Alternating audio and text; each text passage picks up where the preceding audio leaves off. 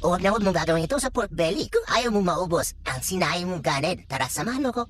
Magluluto tayo ng pork belly in Mang Tomasos. Simulan na natin ating pagluluto. Mayroon tayo dito sa kilong pork belly. Ang gagawin natin dito ay isisir natin ito hanggang sa lumabas yung mantika nito, katulad ng nakikita nyo.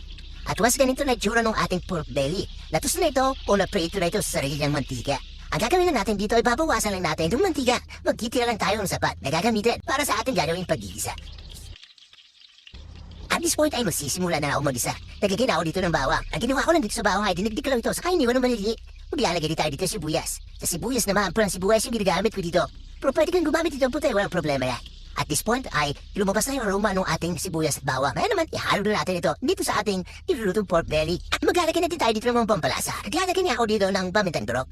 At maglalagay din tayo dito ng patis para sa ating pampalat. Wala yung patis. O kung yung namasin, walang problema. Haluin natin ito para magpantay-pantay naman yung lasa ng ating niluluto. At once mahalo na natin ito na maigi, magkikita tayo ng tubig. Sa tubig na may sapat para mapagpalambot. Ito ating karning bago. Sige, din ako dito ng suka. Saka para sa ating aromatics, naglalagay ako dito ng daon ng doray.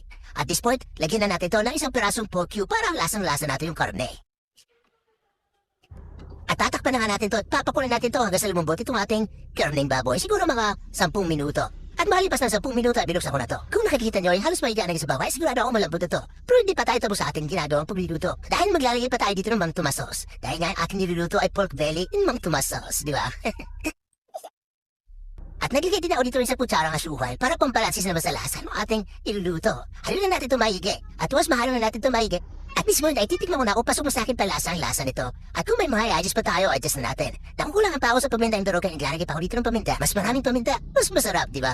At kung hindi ka pa rin nanonood hanggang dito sa kalagitnaan ng aking video, ibig sabihin ay interesado ka sa aking niluluto, baka pwede mo may comment.